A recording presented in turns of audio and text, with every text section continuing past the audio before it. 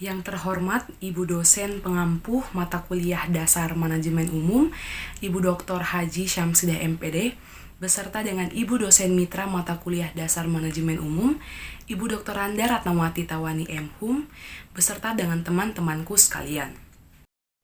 Assalamualaikum warahmatullahi wabarakatuh. Salam sejahtera untuk kita semua. Shalom, Om Swastiastu, Namo Buddhaya, salam kebajikan. Pertama-tama, marilah kita panjatkan puji dan syukur kehadirat Tuhan Maha Esa, karena berkat dan karunia-Nya saat ini saya dapat menyelesaikan hasil observasi saya terkait dengan penerapan manajemen pada usaha boga.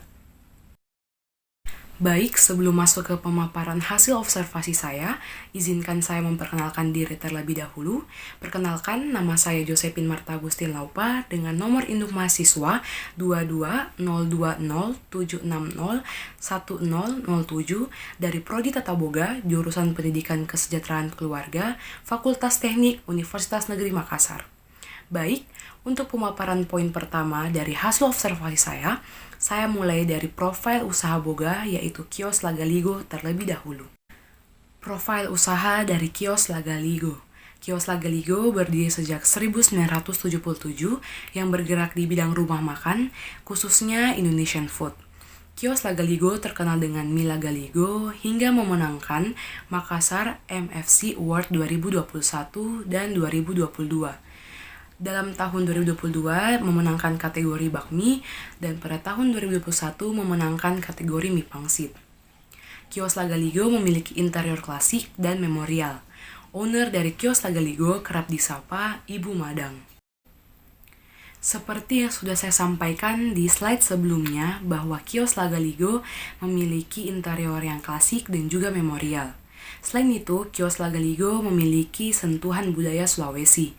Salah satunya terdapatnya bingkai yang berisikan surek Lagaligo dan beberapa tulisan dalam bahasa Bugis Lontara. Selanjutnya, cabang dari Kios Lagaligo. Kios Lagaligo terdiri dari 3 cabang. Yang pertama, Kios Lagaligo Yosep Patumahina yang berada di Jalan Arif Rate nomor 6C. Yang kedua, Kios Lagaligo Ruko Permata Taman Sari berada di Jalan Pengayoman nomor 18. Yang ketiga, New Kios Lagaligo yang berada di Jalan Sulawesi nomor 128. Namun, yang menjadi tempat observasi saya yaitu Kios Lagaligo Jalan Arif Rate nomor 6C. Ketiga dari cabang Kios Lagaligo ini terdapat di Makassar, Sulawesi Selatan. Baik, poin pembahasan selanjutnya yaitu menu di Kios Lagaligo. Menu di Kios Lagaligo dapat dikategorikan dengan harga yang murah dan juga ekonomis. Menu di Kios Lagaligo dibanderol harga Rp5.000 sampai dengan Rp35.000 saja. Kios Lagaligo juga menyajikan makanan Indonesia seperti nasi goreng, mie Jawa, mie pangsit, bakso, siomay, es pisang hijau khas Makassar, es palu butung khas Makassar, serta es teler. Selain itu, porsi makanan dan minumannya pun banyak.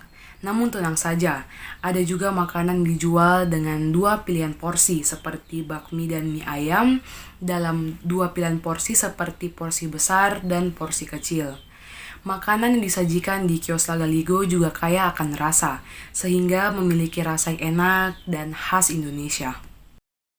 Baik, poin pembahasan selanjutnya yaitu sistem pemesanan pada Kios Lagaligo.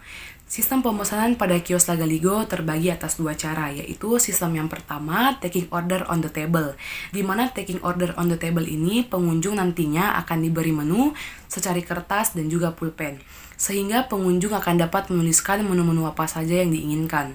Selain itu, sistem ini juga berlaku secara dine-in atau makan dan minum di tempat, dan juga ada take away, makanan dan minuman tersebut akan dibawa pulang. Sistem pemesanan kedua yaitu pemesanan yang dilakukan secara online seperti melalui aplikasi GrabFood, GoFood, dan juga ShopeeFood, di mana sistem ini akan dilakukan pemesanan secara online dan hanya melayani sistem takeaway saja atau makanan dan minuman tersebut dibawa pulang. Baik, pokok pembahasan selanjutnya yaitu struktur organisasi yang terdapat pada usaha kios Lagaligo, di mana kios Lagaligo ini dikelola oleh Ibu Madang selaku owner. Kemudian setelah owner atau Ibu Madang, ada manajer yang dikelola oleh Bapak Tono, di mana tugas Bapak Tono ini atau manajer ini mengatur keuangan dalam usaha kios Lagaligo, serta mengawasi jalannya usaha dari kios Lagaligo tersebut. Kemudian yang membawahi Ibu Madang selaku owner dan Bapak Tono selaku manajer yaitu staff, di mana staff terbagi atas 3 bagian atau 3 tanggung jawab dan tugas. Yang pertama waiter yang berfungsi untuk melayani pengunjung dalam hal pemesanan menu dan menyajikan menu serta meng-clear up bekas pakai meja pengunjung. Kemudian yang kedua, kasir, di mana kasir tersebut berfungsi untuk proses transaksi pengunjung. Kemudian yang ketiga yaitu koki yang berfungsi untuk mengolah sebuah masakan menjadi makanan dalam hal yang berada di dapur dan dalam hal produksi. Itulah tadi struktur organisasi yang terdapat pada kios Lagaligo.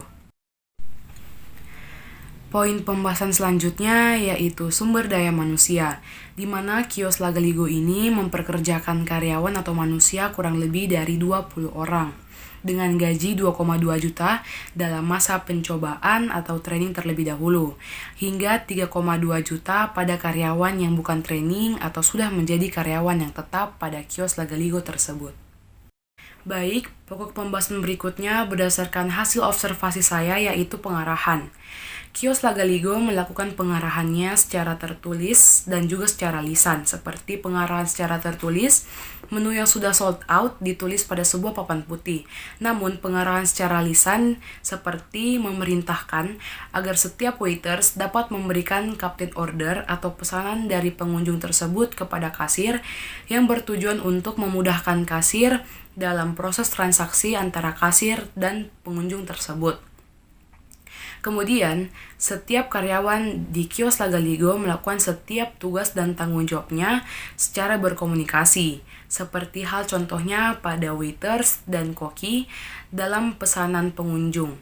Selain itu, kios Lagaligo juga melakukan arahannya secara lugas, jelas, dan tidak bertele-tele sehingga dapat dimengerti oleh setiap karyawan, atasan maupun bawahan. Seperti koki melakukan perintah dari waiters untuk men-take away suatu pesanan dari pengunjung tersebut. Itulah salah satu pengarahan dari kios Lagaligo berdasarkan hasil observasi saya. Baik, materi selanjutnya yaitu pengawasan. Berdasarkan hasil observasi saya, pengawasan di kios Lagaligo ini sering dilakukan oleh Ibu Madang selaku owner dan Bapak Tono selaku manajer, di mana pengawasan ini terbagi menjadi 3 bagian. Yang pertama, baik Bapak Tono ataupun Ibu Madang melakukan pengamatan terlebih dahulu terhadap jalannya usaha tersebut, seperti contoh terdapatnya hambatan atau tidak pada saat karyawan atau bawahannya melakukan setiap tugas tanggung jawabnya terhadap usaha tersebut. Pengawasan yang kedua yaitu anggaran. Biasanya dalam mengawasi anggaran, Bapak Tono atau selaku manajer yang lebih mengambil peran. Mengapa? Karena Bapak Tono atau selaku manajer ini yang lebih mengelola setiap keuangan yang masuk dan setiap keuangan yang keluar. Kemudian, pengawasan yang ketiga yaitu penganggaran. Baik Bapak Tono selaku manajer maupun Ibu Madang selaku owner mengelola keuangan dan hal lainnya secara bersama-sama. Seperti apakah terdapat keuntungan atau kerugian pada saat menjalankan usaha tersebut dan bagaimana cara mendapatkan dana untuk mengelola usaha tersebut. Baik, materi saya selanjutnya yaitu lingkungan usaha. Selain memiliki menu makanan dan minuman yang enak serta murah, kios Lagaligo juga memiliki fasilitas yang dapat menunjang setiap kenyamanan pengunjung yang datang. Seperti contohnya terdapat toilet yang bersih dan harum karena terdapatnya pengharum ruangan pada toilet tersebut. Sehingga walaupun telah dipakai oleh pengunjung lain, toilet tersebut tetap bersih dan juga harum.